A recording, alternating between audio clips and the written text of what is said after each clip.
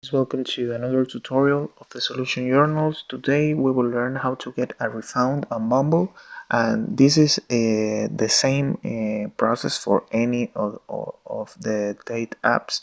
You need to go to the option of settings, and you need to go to the to the help support of the app, and you need to talk with this person. You need to talk with this help support. You need to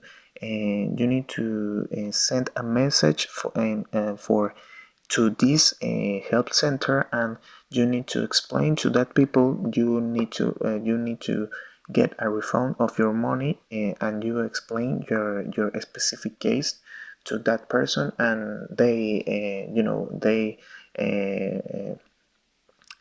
have a several of information for complete this process for get to you a refund, and you need to give to them the information. But the only thing you need to do is communicate with the help center, where that option is in the settings of that app.